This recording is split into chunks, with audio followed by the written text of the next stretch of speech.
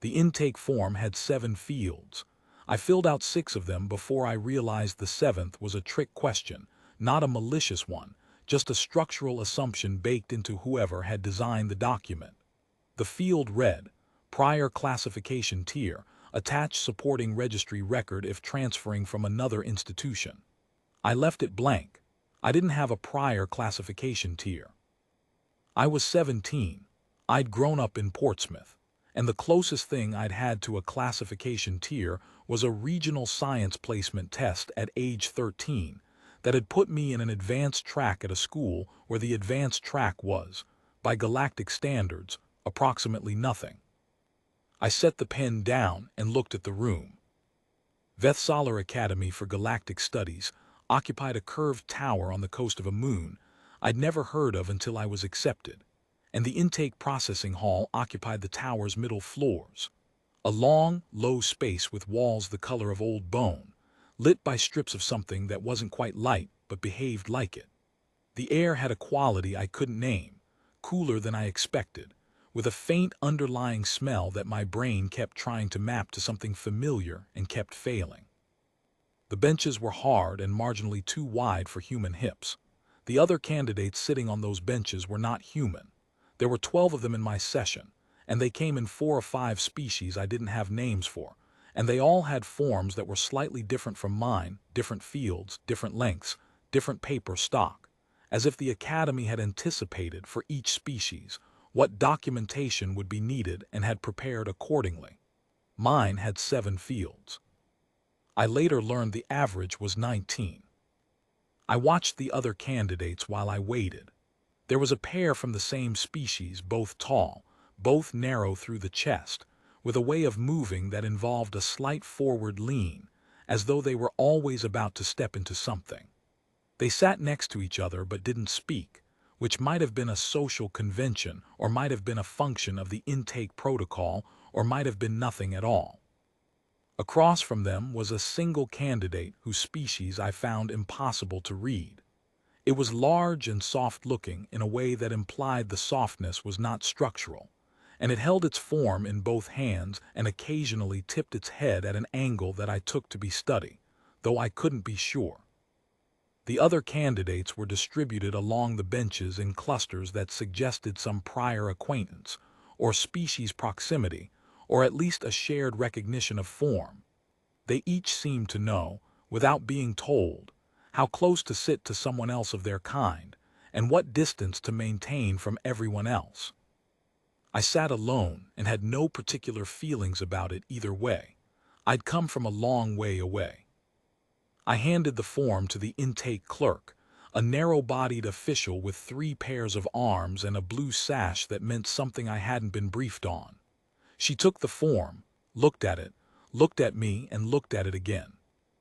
"You've left field 7 blank," she said. "I don't have a prior tier," I said. "All incoming cadets have a prior tier."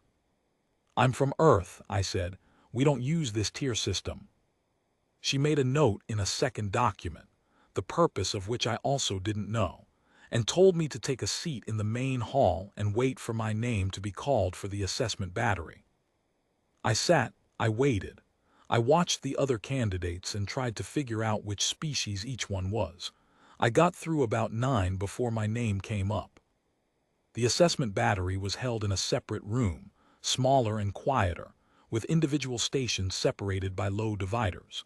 There was a proctor, a squat, 4-legged creature with a wide, flat skull and eyes placed very far apart, giving it a field of view that had to be almost panoramic. It handed me a sealed packet and told me, in a voice that sounded like 2 things being rubbed together in a bag, to wait for the signal before opening it. The signal was a tone, low, sustained, faintly painful in my back teeth. I opened the packet. There were 3 sections. The first was a cognitive matrix assessment, which the cover sheet described as having no upper bound on difficulty. The questions would escalate until the candidate reached their demonstrated ceiling, at which point the instrument would record the ceiling score and conclude. The second section was a reasoning chain, which required candidates to solve a series of nested logical problems, each one dependent on the solution of the previous. The third was a knowledge inventory, not a test of memorized facts, but of a candidate's ability to correctly assess what they knew, what they didn't know, and what they could reasonably infer. The cover sheet said the average completion time for all 3 sections, across all species cohorts, was 4 hours and 30 minutes. It said this in a tone that implied this was not a brag but a warning. I worked through it. The cognitive matrix section started easy enough: pattern recognition, sequence completion, multidimensional spatial reasoning. The problems got harder in a way that was easy to track, like watching a gradient shift. I noticed the instrument was doing something subtle. It was trying to find a question I'd slow down on, a question where I'd sit back and look at the ceiling and chew my thumbnail. I didn't sit back. I didn't look at the ceiling. I worked through the escalation the way you work through anything with a gradient, steadily, without drama, watching for the point where the rate of change tells you something interesting about the structure of the system you're in. The questions were genuinely interesting. I liked this kind of thing. I'd always liked this kind of thing. Back in Portsmouth, on long evenings when there wasn't much to do, I'd gone through mathematics textbooks 2, 3, 4 grades ahead of where I was supposed to be, not to get ahead of anything in particular, but because the problems were there, and the problems were interesting, and solving them was a way of spending time that left me feeling like the time had been used for something. I'd gotten to the point where the textbooks ran out. Then I'd found other books, older and more obscure, sourced from a university library I wasn't technically affiliated with but whose digital catalog was publicly accessible if you knew the right query strings. Then I'd found the correspondence with the topology professor. Then I'd found Veth-Sollar's application portal, and a few months later, here I was. The reasoning chain was more fun. The nested logical problems had a particular elegance to them. The designers had clearly been proud of the architecture, and they'd been right to be. Each problem turned on a single hidden hinge, and finding the hinge was the whole game. I found each hinge. I wrote out the chains carefully and checked my work once per problem and moved on. There was a point around the midway mark where the problems shifted in a way that suggested a design boundary. The earlier problems had been structured by one set of logical conventions, and the later ones by a slightly different set, and the seam was visible if you were paying attention. I spent a moment at the seam just looking at it, the way you'd look at a joint in a piece of woodwork where 2 different carpenters had taken over.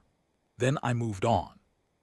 The knowledge inventory was the easiest section, not because I knew everything it asked about, but because it was explicitly asking me to map the shape of my own knowledge rather than fill in the gaps. I was good at that. Most people, I think, have blurry edges on what they know. They're not sure exactly where the territory ends and the fog begins. My edges were sharp.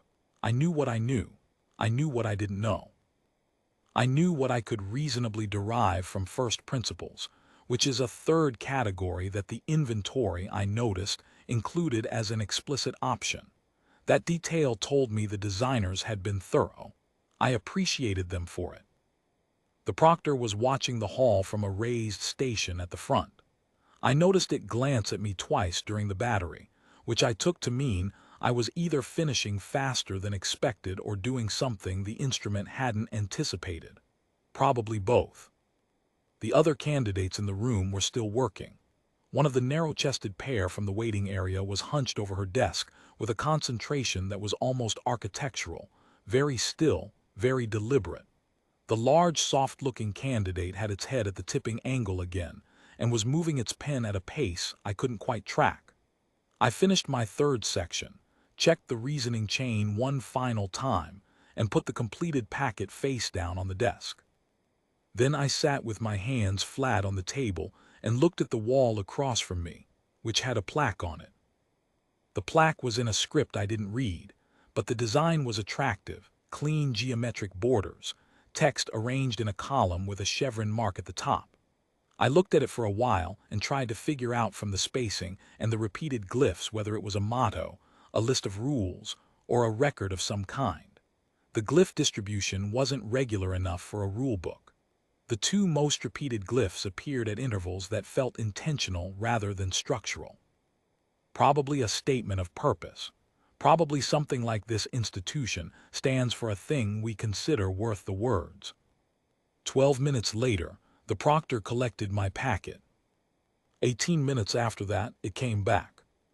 It stood in front of my station and looked at the packet and looked at me and said, in that rubbed-together bag voice, "There is a hold on your results." "All right," I said. "The instrument has flagged an anomaly." "What kind of anomaly?" "Your results do not map to any existing tier code." I thought about this. "Is that because they're too low or too high?" I asked. The proctor looked at me for a moment that was one beat longer than I expected. "The instrument cannot determine a ceiling score," it said.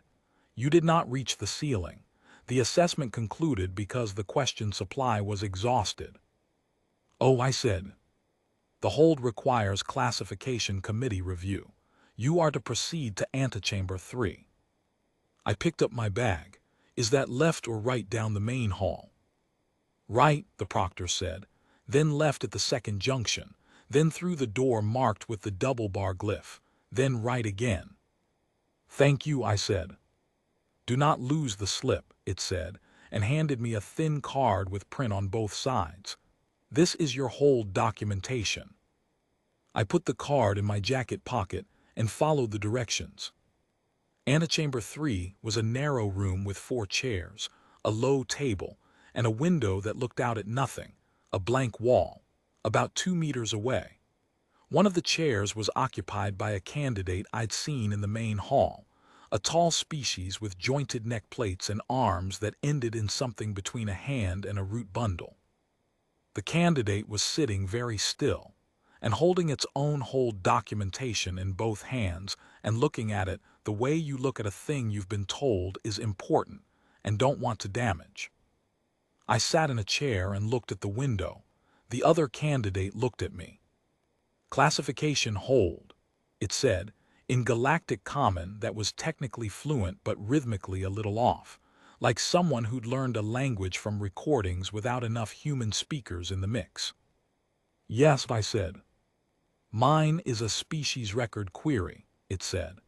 "My first section score exceeded the recorded maximum for my species cohort. They want to verify the instrument was calibrated correctly." "That makes sense," I said.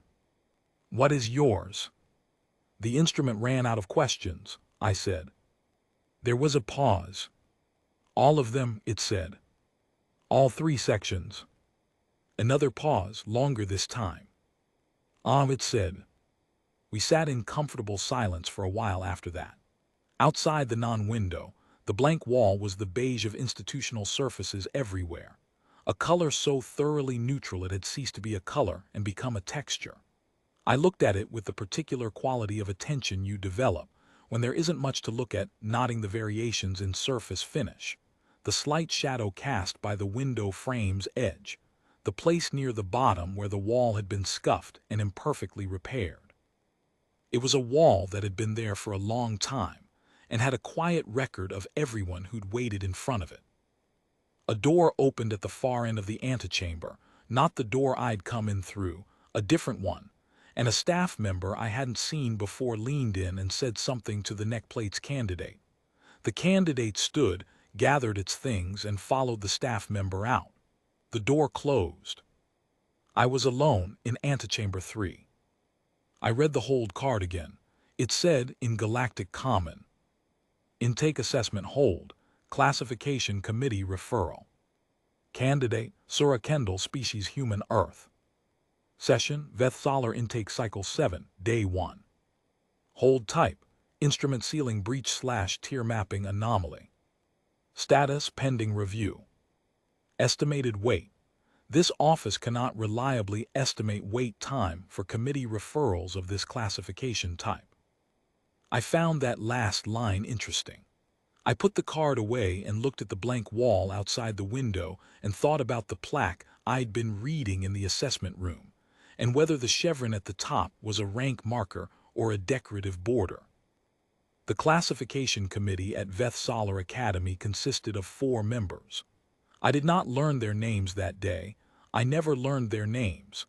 but I came to think of them by the physical characteristics I could infer from the sounds that came through the wall, which was not, as it turned out, fully soundproof. The one with the voice like a struck bell I called Bell. Bell spoke quickly and used a lot of numbers. Bell was the one who had, apparently, first flagged my results when they came through the instrument's automatic processing pipeline, and Bell had a proprietary interest in being right about what the numbers meant. The one with the voice like water over gravel I called Gravel. Gravel was careful and slow and liked to complete sentences fully before the next sentence began, which meant that in any argument with Bell, Gravel was always a step and a half behind, always catching up, always saying the second half of a rebuttal to a point that Bell had already moved past. The one that barely spoke I called Quiet. When Quiet did speak, the room, even through the wall, even filtered through plaster, and whatever equivalent Veth-Sollar Academy used for building materials, seemed to adjust slightly, as though the acoustics of the space recognized the contribution as meaningful and chose to carry it further. Quiet said maybe 4 things over the entire course of the morning. I remembered all 4 of them. The 4th I called Creaking, because of the sound the chair made every time they shifted weight. Creaking had a physical structure that kept its center of mass in motion, not from agitation, but from something structural, something that required continuous small adjustments to maintain a stable position. The chair, which was well built but not built for this, registered every one of those adjustments. Over the course of the morning, I came to read the shifts like punctuation. Short, sharp shifts were skepticism. Long, slow shifts were consideration. A single brief shift followed by stillness meant a decision had been made, and creaking was done with that particular line of argument. I had been in antechamber 3 for approximately 40 minutes when the committee convened in the room on the other side of the wall. I knew they'd convened because Bell's voice started immediately, as though Bell had been waiting outside the room with sentences already prepared, and had simply stepped inside and continued mid-thought. Cannot map to any existing tier without exception documentation, Bell was saying. The instrument is functioning. We had it recalibrated last cycle. The error is not in the instrument. Then what is the error, Gravel said slowly, in your assessment? There is no error, Bell said. That's the problem. I listened to the wall for a while, not particularly straining, just receiving what came through. Then I took out the hold card and looked at it again, turning it over to see if there was anything on the back I'd missed. There was a small block of text in a smaller font that I hadn't fully processed. For candidates in committee review, the antechamber is equipped with a hydration station in the left side cabinet. Please make use of it as needed during your wait. I found the cabinet. There was a jug of water and several cups, and also what appeared to be a sealed ration pack of some kind, though whether it was intended for humans specifically I had no way to tell. I took the water and left the ration pack. I filled a cup, drank it, and sat back down. Through the wall, Bell was explaining a scoring framework to Gravel in a way that suggested this was not the first time Bell had explained it, and Gravel was asking questions that suggested either genuine confusion or a very patient strategy for wearing Bell out. I couldn't tell which. The matrix section alone, Bell said, exhausted 412 questions. 412. The standard battery deploys 48 for the primary assessment and escalates to a maximum of 96 for candidates approaching tier designation boundaries. We have never, in this institution's recorded history, I have verified this, we have never had a candidate exhaust the extended bank. And yet, Gravel said, the instrument functions correctly. Correctly. So the candidate answered 412 questions. Correctly, Bell said, with a weight on the word that suggested it was doing more work than its syllables could comfortably bear. All of them, at no measurable deceleration across the session. Quiet said, what was the session duration? Bell said a number. I didn't catch the exact figure, but from the silence that followed it, the number was apparently brisk. Creaking shifted, and the chair made its sound. "The question," Gravel said eventually, "is what we are being asked to do here. We are being asked to assign a tier. We have tier designations 1 through 7. We have provision for tier null, which applies to candidates whose results indicate they do not belong in this institution at all, candidates who should be redirected to remedial intake. We have provision for the tier 7 extension designation, which applies to candidates operating above the standard tier 7 threshold but within a quantifiable range. We do not have." "No," Bell said, "we don't. A designation for a candidate who has simply never encountered a ceiling." "No," Bell said again, "we don't." I drank another cup of water. The jug was heavier than it looked, and ceramic-like in a way that suggested whoever had manufactured it had preferences about what water was allowed to sit in. I respected that. The committee was quiet for a moment. Then Bell said, "There is Form 7G.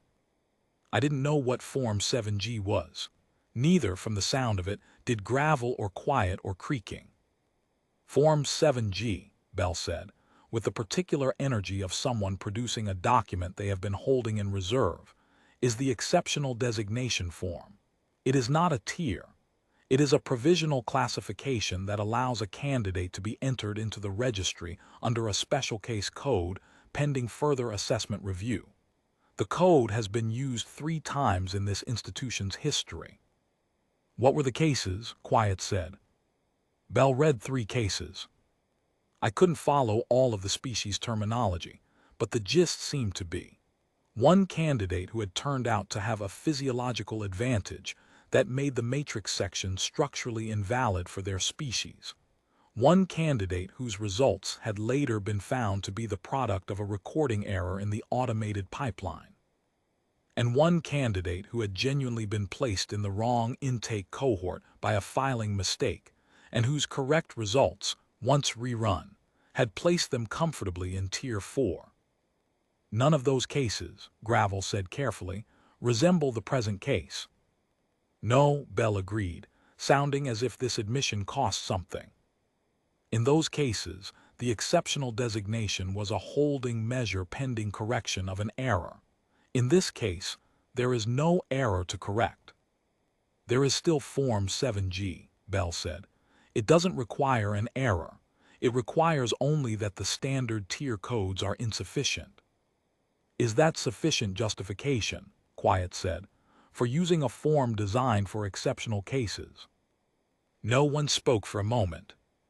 "That's a definitional problem," Bell said. "This is an exceptional case." Creaking made a short, sharp sound with the chair. I had been in antechamber 3 for 2 hours and 17 minutes when a staff member came through the door and asked if I needed anything. I said I was fine.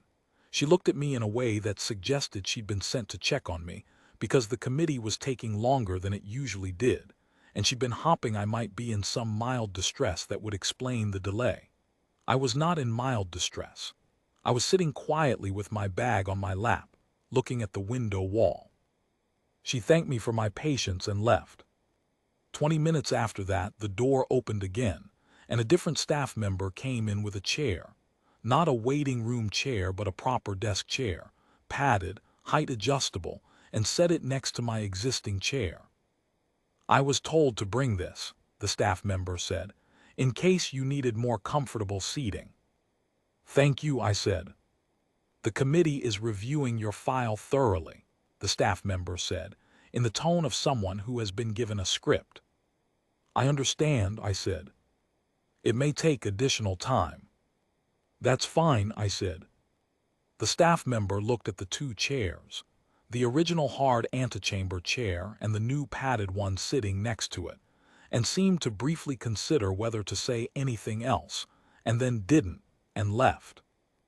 I moved to the padded chair. It was, genuinely, more comfortable. Whoever had made the decision to send it had been right to do so. Through the wall, the committee had moved into what sounded like a procedural argument about whether Form 7G could be submitted to the central registry without a supporting tier recommendation, or whether the registry would reject it on formal grounds. Bell was reading from what I assumed was a procedural manual. Gravel was asking clarifying questions at a pace that appeared to be strategic. Creaking was shifting weight in ways that, over 2 hours, had begun to feel expressive. Shorter, sharper shifts when Bell made a point creaking found doubtful. Longer, slower shifts when Gravel said something creaking wanted time to think about. I had developed a fairly good sense of the committee's internal dynamics by this point.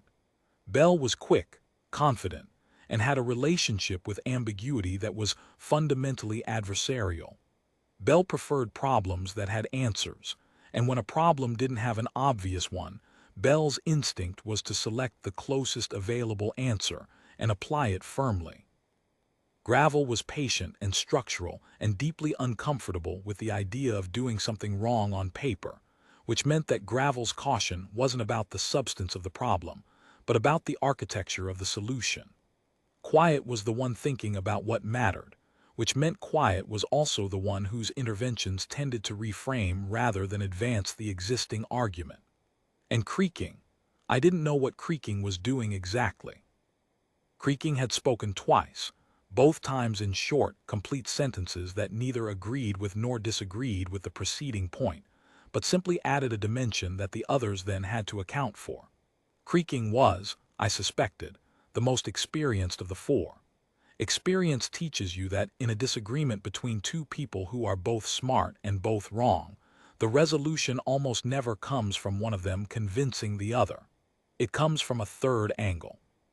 Creaking seemed to understand this, and was waiting for the third angle to materialize.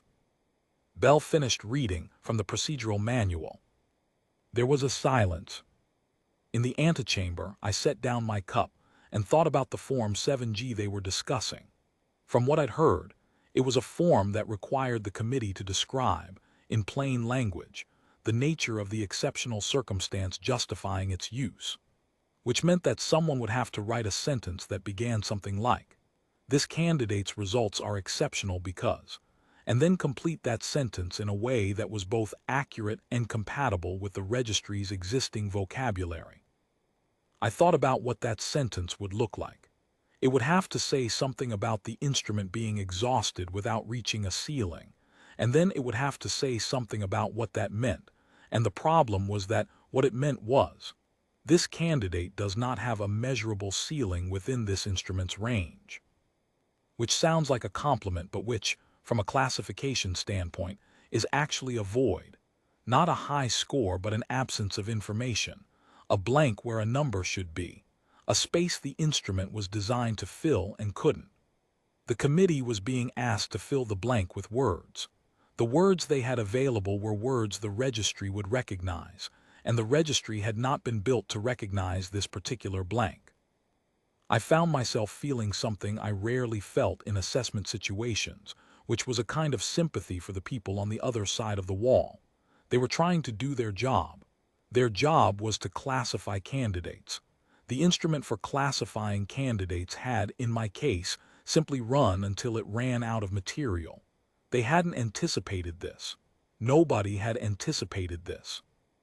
And now they were sitting in a room with a form that didn't fit the situation and a registry that would evaluate the form.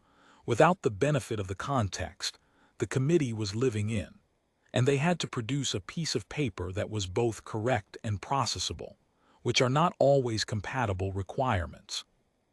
I had encountered this before, not with classification forms, with other kinds of containers, problems that were designed to have answers and then turned out not to fit the expected answer shape. You couldn't be angry at the container. The container had been built for something it hadn't encountered yet. You just had to find another way through. Then Gravel said, "If we submit Form 7G and the Central Registry rejects it, the candidate remains in administrative hold indefinitely. That is not a resolution. That is a deferral of the problem to an entity that has less context than we do.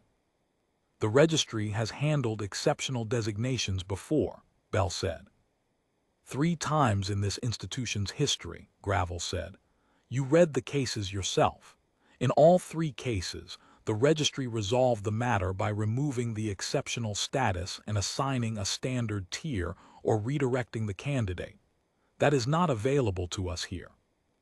Then the registry will have to develop a new resolution.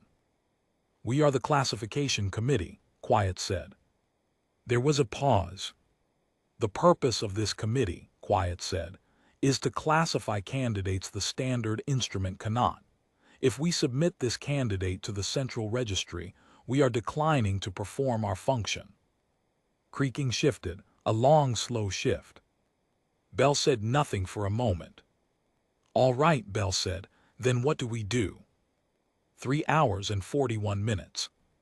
The staff member had come back once more, this time with what turned out to be a small heated container of something that smelled not unlike tea. It wasn't tea, but the temperature and the smell and the ceramic cup it came in performed the same function, which I appreciated.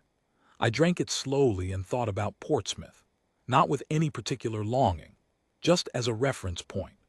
The grid of streets I'd walked 4,000 times. The library with the leaky roof section in the northwest corner, which the staff had partially addressed with a strategically placed cart, and a sign that said, "Please excuse the temporary hazard," that had been there for 3 years.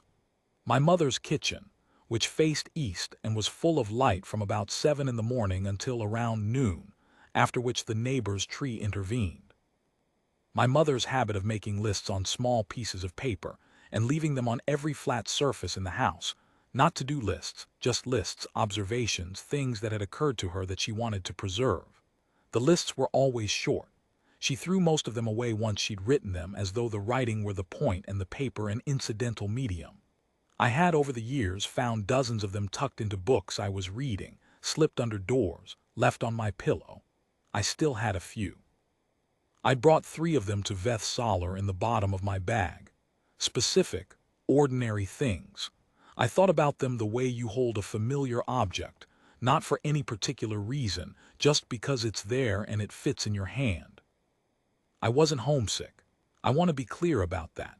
I was 17 and I'd applied to Veth-Sollar Academy on my own, paid the application fee with money from 4 years of tutoring work, arranged my own transport with a referral from a professor at the regional university who'd been corresponding with me for 2 years about a problem in geometric topology she'd gotten stuck on, and I'd helped her unstick. I'd wanted to be here. I was here.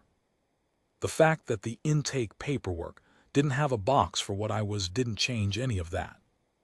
I was just nodding that I'd come a long way to sit in a room with a window that looked at a wall, listening to 4 bureaucrats argue about a form. Through the wall, the committee had reached a new phase.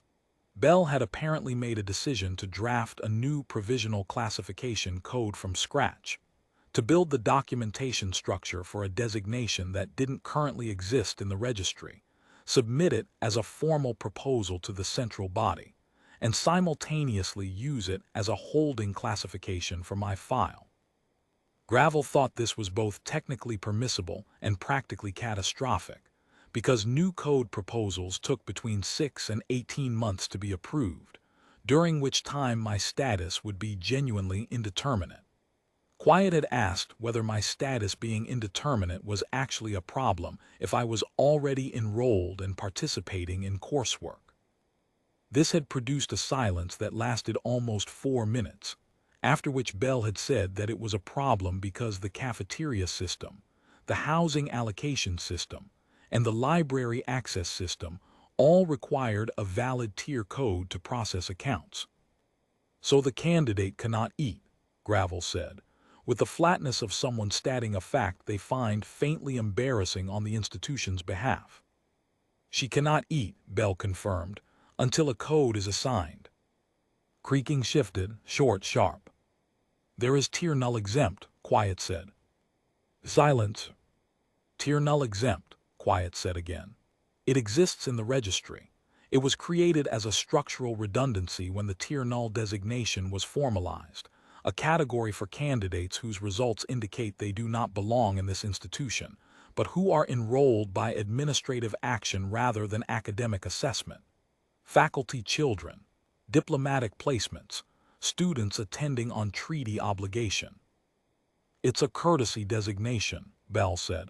It doesn't indicate academic standing. No, Quiet agreed.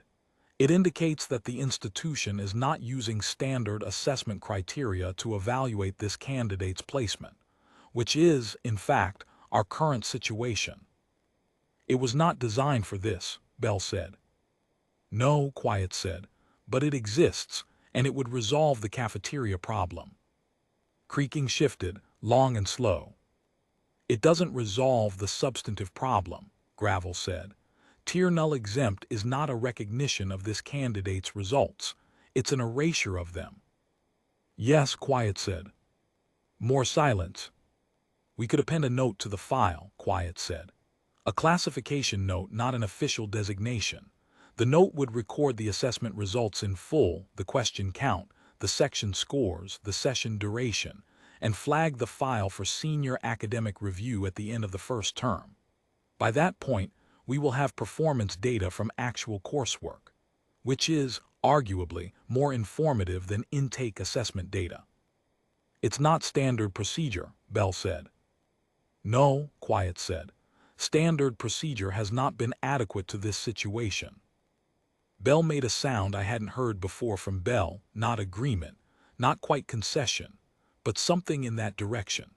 The sound of a fast and confident mind encountering the particular fatigue that comes from running very hard toward a wall and discovering, eventually, that the wall is load-bearing. Outside in the antechamber, I refilled my cup. The jug was lighter now. I'd been in here long enough to put a meaningful dent in a jug of water, which was the kind of data point that tells you something about how long you've been sitting somewhere. 4 hours and 52 minutes. The staff member had been back twice. The second time, she brought a second cup of the tea-like substance and a sealed document pouch, which she said was for me to hold onto until the committee was ready. I held onto it. The pouch had weight to it, not heavy, but present, the weight of papers inside a paper holder inside a sealed cover, which is a specific and recognizable weight if you've handled enough institutional documents in your life, which I had. Through the wall, the committee had moved to a vote. I could tell because Bell's voice took on a formal register, something procedural in the cadence, and there had been a round of sounds I took to be the individual responses.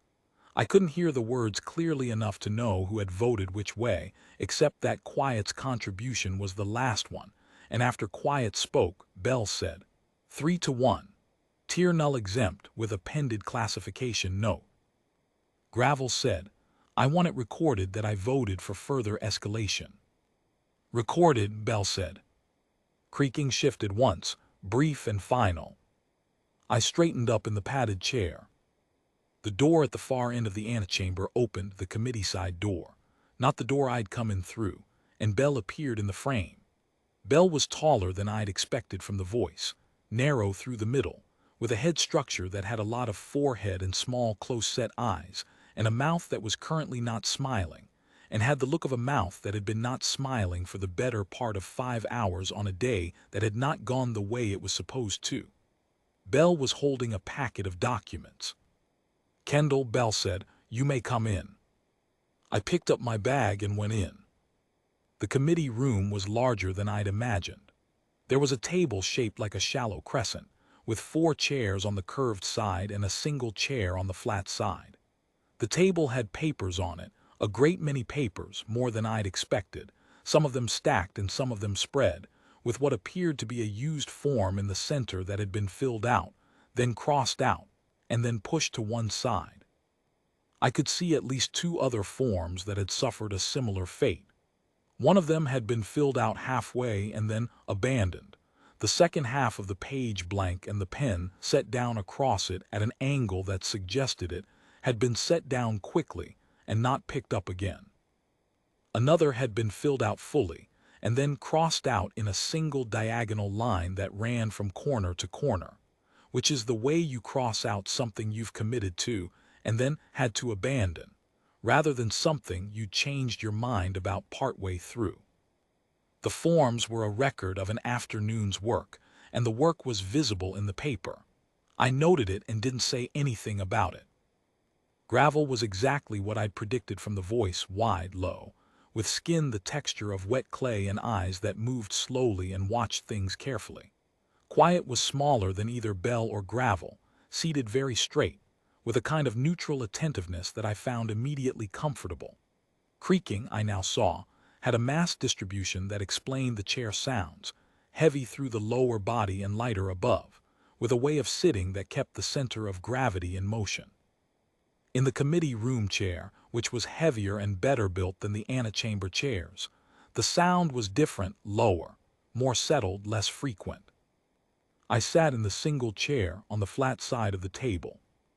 "We apologize for the wait," Bell said, sitting. "It's fine," I said. "Your case presented certain classification challenges." "I heard some of it," I said. "The wall isn't entirely soundproof." There was a brief silence in which all four of them processed this information in their own ways. Bell's jaw tightened marginally. Gravel's eyes moved. Quiet's expression did nothing in particular, which I took as a sign that Quiet was not embarrassed. Creaking shifted once, and the sound in the new chair was different, a lower register, more settled. "We have made a determination," Bell said. "Your classification will be Tier Null exempt, pending senior academic review at the end of your first term. This designation allows full access to academy facilities, housing, cafeteria, library, and carries no restrictions on enrollment in any department's coursework. It is an administrative designation, not an academic assessment." "I understand," I said. "Appended to your file," Quiet said, "is a complete record of your intake assessment results. The record notes that the standard assessment instrument was exhausted across all 3 sections without reaching a candidate ceiling. This notation will be visible to any faculty member reviewing your file." "Thank you," I said. Bell slid the packet across the table. "Your paperwork. The top sheet is your enrollment confirmation. The second is your housing assignment. The third is your cafeteria access code. The fourth and fifth are the classification determination and the appended note." I took the packet and looked at the top sheet.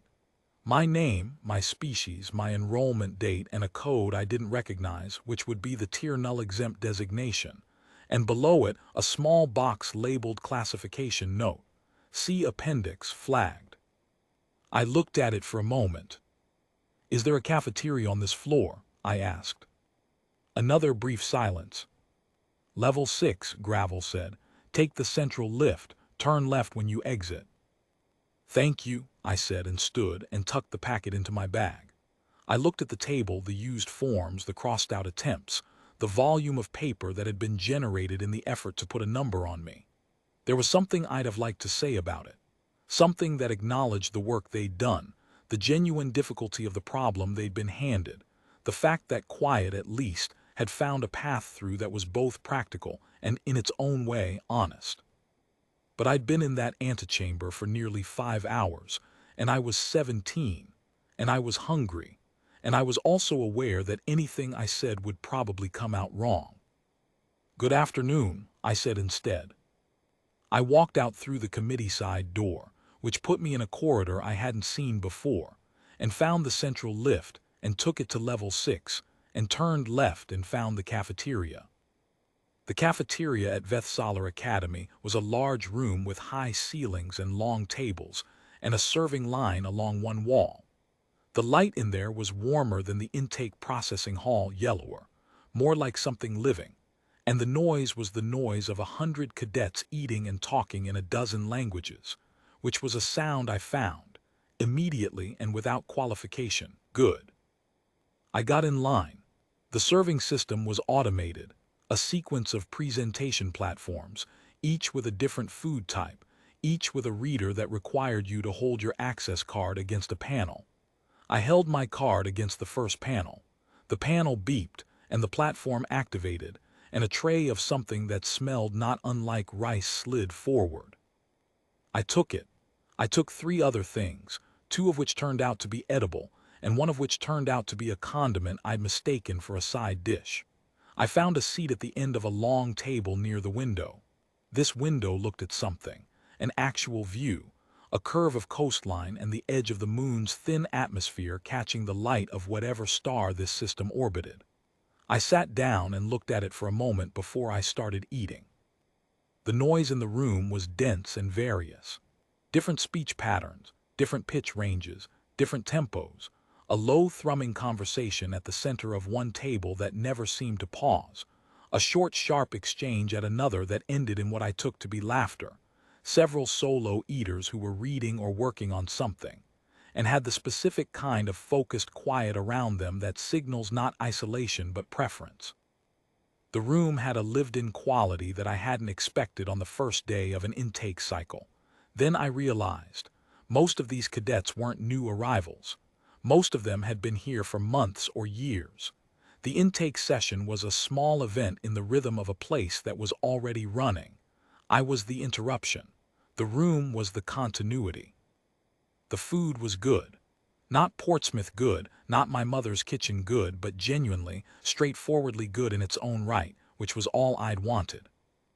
I ate. I looked at the coastline. I thought about quiet's formulation, a category for candidates whose results indicate they do not belong in this institution, but who are enrolled by administrative action rather than academic assessment, and about how the words had been technically accurate and also, in a way that quiet had clearly understood, precisely wrong. I was here by administrative action.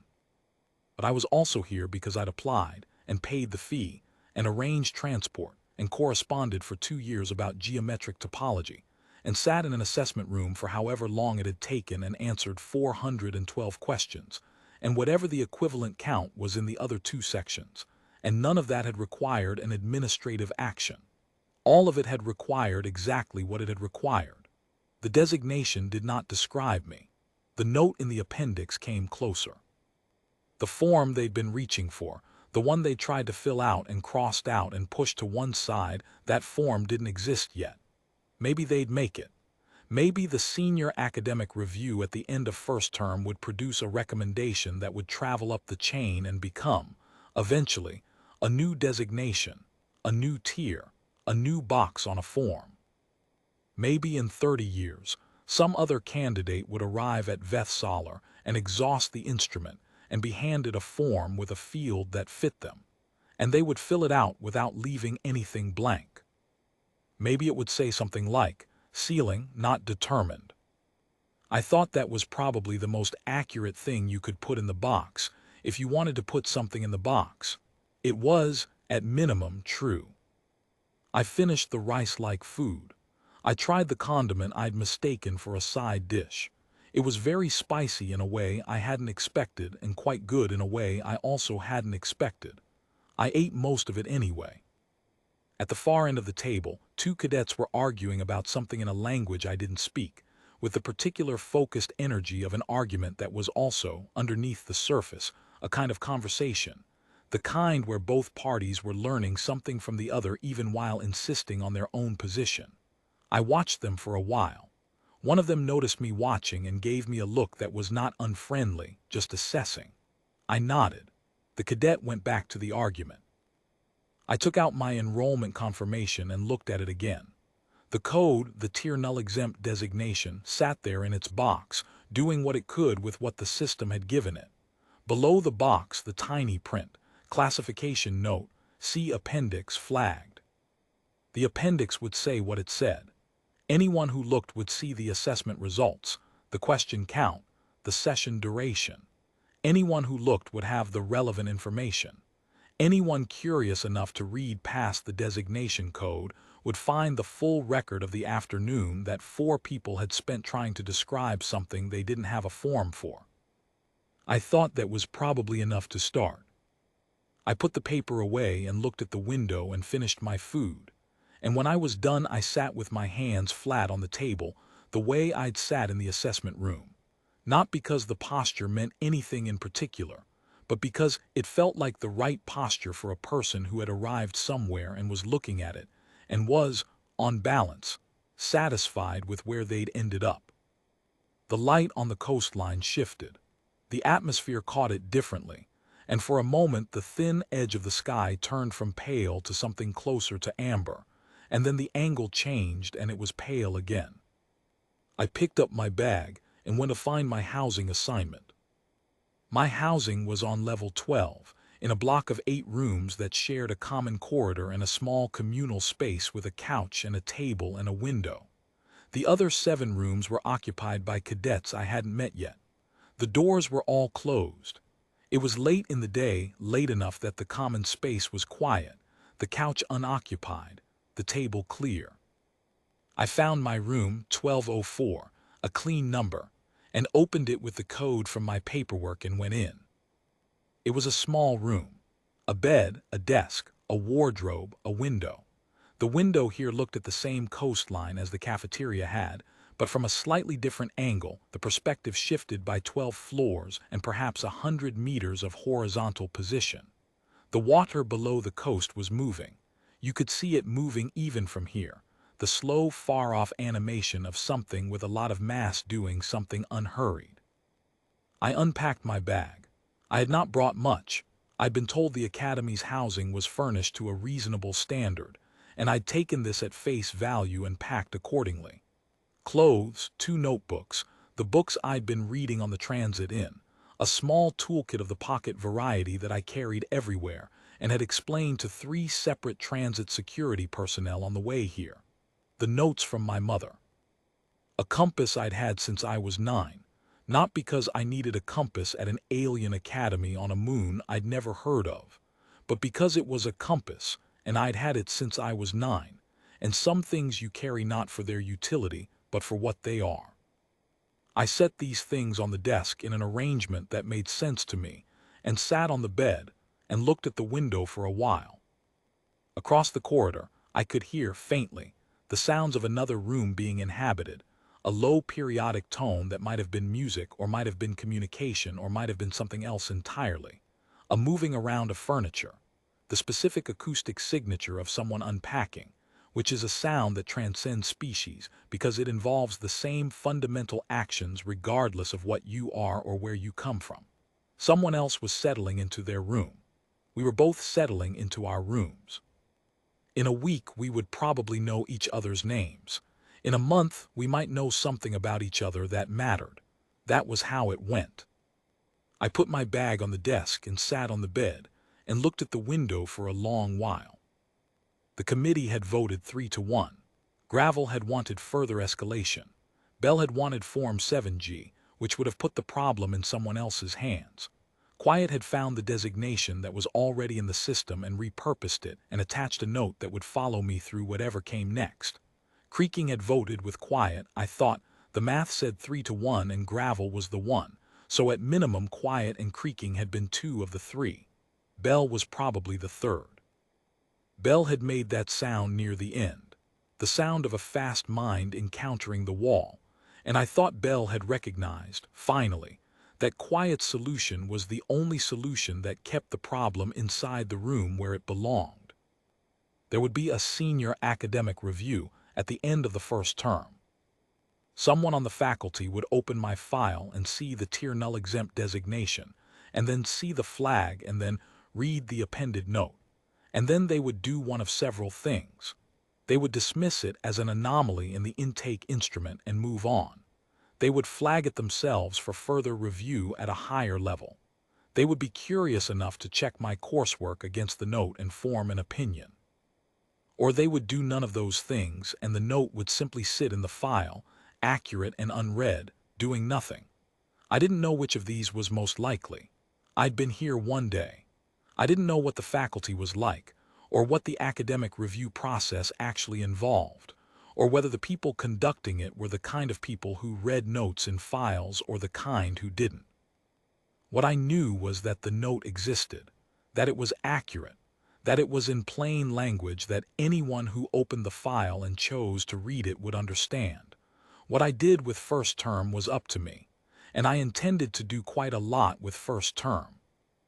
I thought about what I'd come here for, not the designation, not the tier code, the courses, the 40% of things I hadn't had access to in Portsmouth, the instruments, the methodologies, the problems at a scale and complexity that required facilities and collaborators that didn't exist on Earth. Tomorrow I would go to whatever classes the academy assigned and start finding out what was actually being taught here, and whether the reality of it matched the materials I'd read, and what it felt like to be in a room where the other people were genuinely trying to understand hard things. I'd been in rooms like that before, the professor's seminar, occasionally, a reading group at the regional university that I'd attended twice before they'd asked, politely, whether I might consider doing the assigned readings at a slightly less accelerated pace. But those rooms had been small. This place was not small. The light outside had shifted further, the coastline moving into something like evening, the water darkening. I watched it until the stars came through, different stars than Portsmouth's, arranged in patterns I didn't know the names of yet, proceeding without reference to what anyone below them was doing. I took the 3 small notes out of the bottom of my bag and set them on the desk. They were written on paper from my mother's kitchen notepad, which had a printed daisy in the corner that had faded to a pale shadow of itself. The note said in her handwriting, "Window light is different every morning. Also, the best soups take a long time and can't be hurried. Also, you will be fine."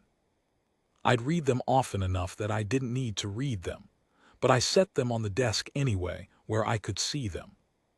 I thought about the form they'd nearly filled out, the crossed-out version, what it might have said if they'd been able to finish it. Something like, "Candidate has demonstrated no measurable ceiling. Standard tier designations do not apply. Recommend review at end of first term, with expectation that further review will similarly require creative application of available framework." Which was about right. Which was, as far as I was concerned, fine. I hadn't come here expecting the boxes to fit. I'd come here for the 40%. The committee had run out of forms before they ran out of day. That was how I knew I was in the right place. When an institution runs out of forms trying to describe you, you are not in the wrong institution. You are simply ahead of its paperwork. Sooner or later, the paperwork catches up. It always does. It's slow and it's imperfect, and it involves committees and crossed-out forms and chairs that make sounds and 4 people arguing in a room with not quite soundproof walls, but it catches up. I was prepared to be patient.